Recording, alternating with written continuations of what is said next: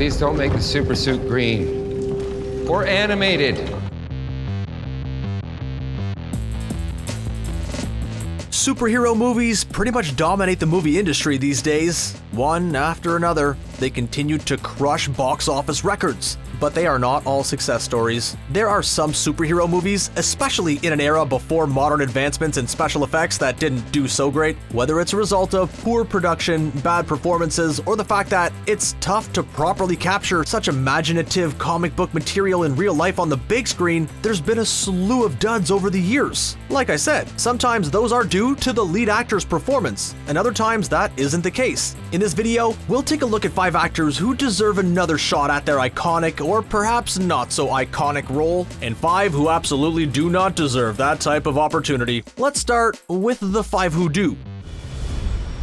Georgie Boy is widely considered the worst of all the actors to don the infamous Batsuit. While his stint as the Cape Crusader certainly wasn't the highlight of his career, nor was it a particularly bright spot in the history of the Batman character, it also wasn't as bad as people make it out to be. If anything, it's in last place because there's been so many iconic portrayals of the character. Everybody loves the Michael Keaton version of Batman, and Christian Bale played the role for some of the brand's greatest films. Even Val Kilmer wasn't half bad. We can talk about Ben Affleck another time. Clooney's Batman was odd because it was a bit too slapsticky. For crying out loud, why did this costume have to have fake nipples on it? There's a lot of creative decisions that made little sense, but it's unfair for all of the blame to be dumped on Clooney. He's a fine actor who did his best under the circumstances. Doesn't quite cover it. And it would be cool to see him get another chance, especially now as an older, more sophisticated and grizzled version of the character. The DCEU has somewhat of a checkered past. Lately, they've come around and started putting out some pretty solid movies. But we're worth saving. However, a couple of years back when they were really just getting things started, it was bust after bust after bust. Perhaps the biggest bust of all was the highly anticipated Suicide Squad. The movie had a slew of big names playing a bunch of iconic characters, and audiences were stoked to see the villain-centric flick come to fruition. Then it did, and it was a complicated, disappointing mess. One of the only bright spots in the movie was Will Smith, who's never really bad in anything he does. Will plays Deadshot, a cool character with an awesome redemption story arc, plus it's just fun to see Will Smith and his squeaky clean image play a bad guy. They are giving Suicide Squad another try, this time led by director James Gunn, but unfortunately Deadshot will not be a returning character. It would have been nice to see, but here's hoping the next Suicide Squad is better than the last, with or without Will Smith. Punisher is always a tough character to portray because he kind of tiptoes the line between good guy and bad guy. I mean, sure, he's a protagonist, but his style of justice and his personality are far from role model. Thomas Jane did a surprisingly good job encompassing the character and all of its subtle intricacies. It's a challenge to play a somewhat morally corrupt crime fighter. There's a lot of contrast going on there, so it takes a skilled performer to pull off both sides of it. Jane did a good job, but unfortunately for everyone involved, the movie kind of sucked. If anything, it was a weak script. If the script isn't great, then it's really tough to be a great movie. It would be nice to see Thomas Jane get another crack at the role. Interestingly enough, he did play Frank Castle in a short film a few years ago, but we'd like a full movie, please. Sony had big plans for the Amazing Spider-Man franchise. So much so, in fact, that Amazing Spider-Man 2 introduced a bevy of secondary characters that were supposed to spin off into their own movies. Black Cat, portrayed by Felicity Jones, is one of those characters who made a cameo with the expectation being that a standalone Black Cat movie was in the works. Only, Spider-Man 2 didn't perform quite as well as Sony had hoped, and the entire game plan was scrapped. It's a shame, because Felicity Jones is an excellent actor, and a Black Cat movie had a lot of potential. For those unfamiliar with the character, it's sort of like Marvel's answer for Catwoman. Same, but different. It would have been nice to see Marvel build out somewhat of a universe back then, but who knows how that would have affected their eventual plunge into the MCU just 4 years later. Okay, great, yeah, all right. So maybe it's a good thing that things worked out the way they did.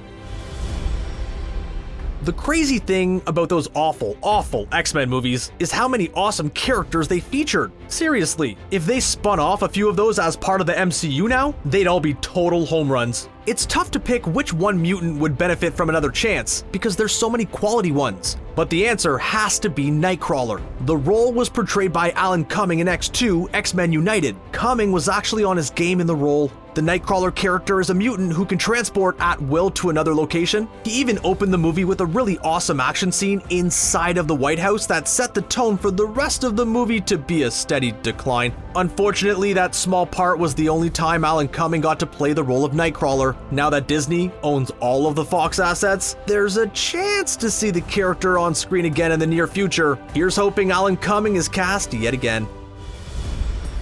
Alright, now that we've discussed 5 actors who deserve another shot, let's talk about 5 who certainly do not. David Harbour found widespread success in his breakout role as Jim Hopper in Stranger Things. That success landed him a role in the MCU as the Red Guardian in the upcoming Black Widow movie. However, did you know that wasn't Harbour's first time in a superhero movie? Yep, here's hoping Harbour's next superhero movie turns out better than his last one, Hellboy. And I apologize again.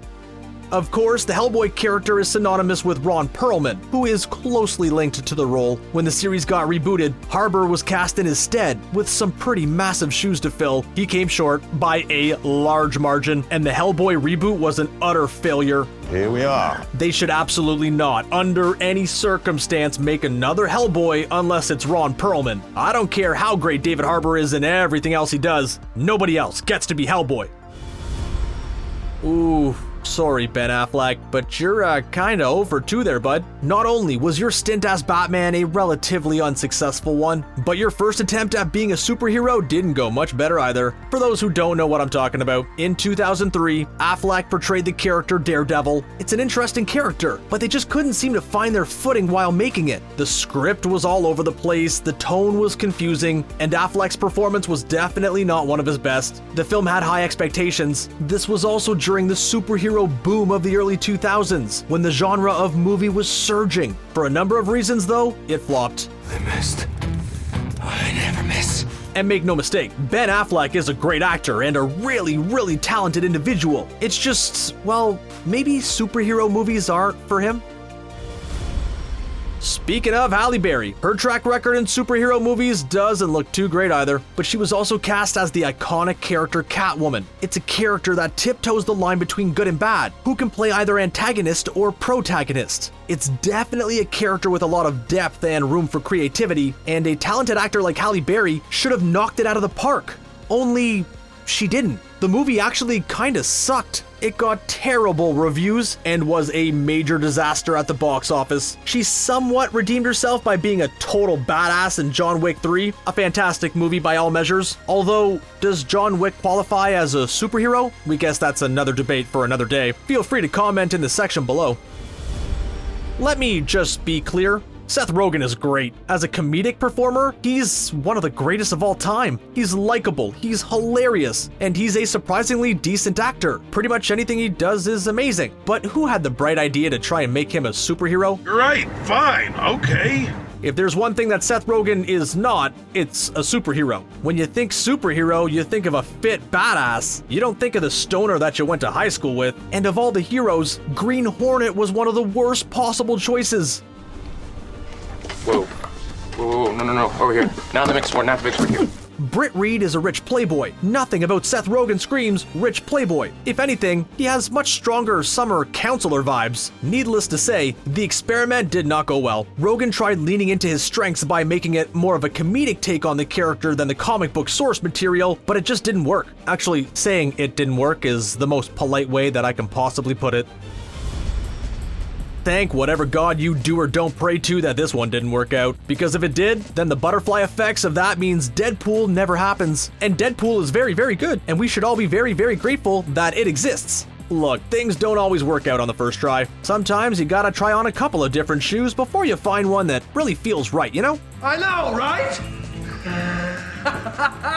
Ryan Reynolds took his first swing at a superhero film in 2011, portraying Hal Jordan, the Green Lantern. In short, it sucked. Reynolds was totally wrong for the role, or should I say the role was totally wrong for Reynolds, because just 5 years later, he was cast to play Wade Wilson, and an actor has never been more perfect for a role than that. Oh, hello.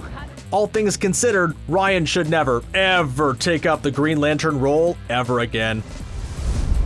How do you feel about that list? Would you like to see any of the 5 that we said shouldn't happen? If so, let us know why you hate movies in the comments section below. Before you go, make sure to hit that thumbs up button. Also, if you haven't already, be sure to subscribe to ScreenRant to stay up to date on all of our latest releases. Until next time, bye.